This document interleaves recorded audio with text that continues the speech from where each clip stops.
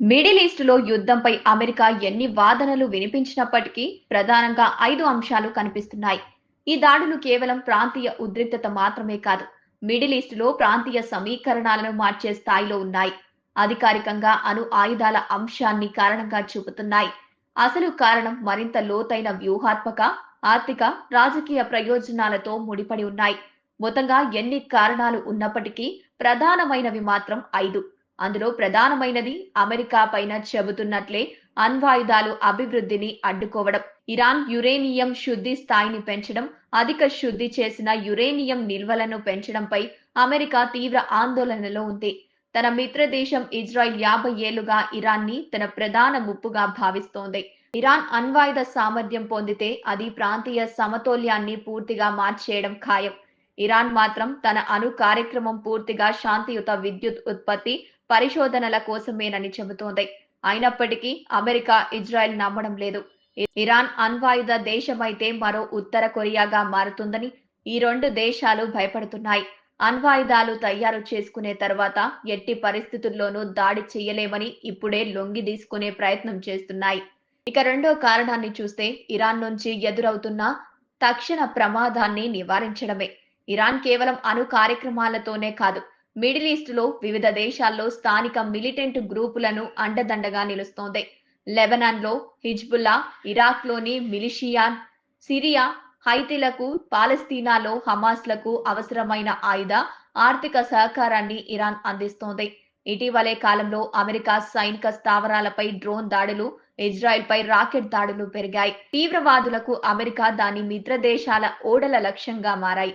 Iran మద్దతుతోనే తీవ్ర వాదనలు గ్రూపులు రెచ్చిపోతున్నాయని అమెరికా ఆరోపిస్తోంది. ఇక మూడో కారణాన్ని చూస్తే మూడేళ్లుగా పెరిగిన ఉద్రిక్తతలకు ఇది ప్రతిస్పందనగా కనిపిస్తోంది. 1979 ఇస్లామిక్ విప్లవం తరువాత అమెరికా, ఇరాన్ దాదాపు శత్రువులుగా మారాయి.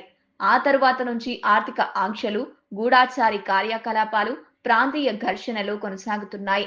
ఇరాన్ మిడిల్ ఈస్టులో అమెరికా ప్రభావాన్ని తగ్గించేందుకు ప్రయత్నిస్తోంది. ఆర్థిక ఆంక్షలతో ఇరాన్పై అమెరికా తీవ్ర ఒత్తిడి తీసుకువస్తోంది. ఈ దీర్ఘకాలిక విభేదాలు ఇప్పుడు ప్రత్యక్ష సైనిక ఘర్షణగా దారితీస్తున్నాయి. అందుకే ఇది ఒక్కసారిగా మొదలైన యుద్ధం కాదు, సంవత్సరాలుగా మొదలవుతున్న యుద్ధం, ఉద్రిక్తతల ఫలితం. నాలుగో కారణం చూస్తే ముందస్తు సైనిక వ్యూహం. అమెరికా విదేశాంగ విధానంలో ముందస్తు దాడి ఒక ముఖ్యమైన భాగం. శత్రువు యుద్ధానికి పూర్తి స్థాయిలో సన్నద్ధమవ్వడానికంటే ముందే దాడి చేయాలి. వ్యూహాత్మక ఆధిపత్యం సాధించాలనేది అమెరికా లక్ష్యం. ఇరాన్ అణు సామర్థ్యం పెరుగుతోందన్న అంచనాలు, చైనా, రష్యా మద్దతు పెరగడంతో మిడిల్ ఈస్టులో సమీకరణాలు మారుతున్నాయి. అందుకే ఆలస్యం చేసిన కొద్దీ పరిస్థితి చేదాటిపోతుందని అమెరికా ఇరాన్పై దాడి చేసింది. ఇది కేవలం అణు అంశం మాత్రమే కాదు, మిడిల్ ఈస్టులో చైనా, రష్యా ప్రాంతీయ ఆధిపత్యాన్ని తగ్గించి తన మాట చెల్లుబాటు కావాలనే అమెరికా పంతం. ఐదో కారణం చూస్తే మిడిల్ ఈస్టులో ఇరాన్ ప్రభావాన్ని దెబ్బతీయడం సహా కీలుబొమ్మ ప్రభుత్వాన్ని ఏర్పాటు చేయడంగా కనిపిస్తోంది. మిడిల్ ఈస్టులో అమెరికా, ఇజ్రాయెల్ వ్యూహాలకు ప్రధాన అడ్డంకి ఇరాన్. ముఖ్యంగా అపార చమురు సంపద ఉన్న గల్ఫ్ ప్రాంతంలో ఇరాన్ ప్రభావం పెరగడం అమెరికాకు ఇష్టం లేదు. చమురు నియంత్రణ అంటే ప్రపంచ ఆర్థిక వ్యవస్థపై ప్రభావం. చైనా, భారత్, యూరప్ వంటి దేశాలు చమురుపై ఆధారపడుతున్నాయి. అందుకే మిడిల్ ఈస్టులో చమురు సరఫరాలపై నియంత్రణ సాధిస్తే ఎప్పటికైనా తనదే పైచేయి అవుతుందని అమెరికా భావిస్తోంది. ప్రపంచానికి తాను మాత్రమే అగ్రరాజ్యంగా మిగిలిపోవాలనుకుంటున్న అమెరికా ఆధిపత్య ధోరణికి ఈ ఘర్షణ అసలైన కారణం. అందుకే ప్రపంచ దేశాలు కాల్పుల విరమణ కోరుతున్నా లెక్క చేయడం లేదు. తనకు కావాల్సిన భౌగోళిక రాజకీయ ప్రయోజనాలు దక్కేంత వరకు అమెరికా ఈ యుద్ధాన్ని కొనసాగించే పరిస్థితులే ఎక్కువగా కనిపిస్తున్నాయి.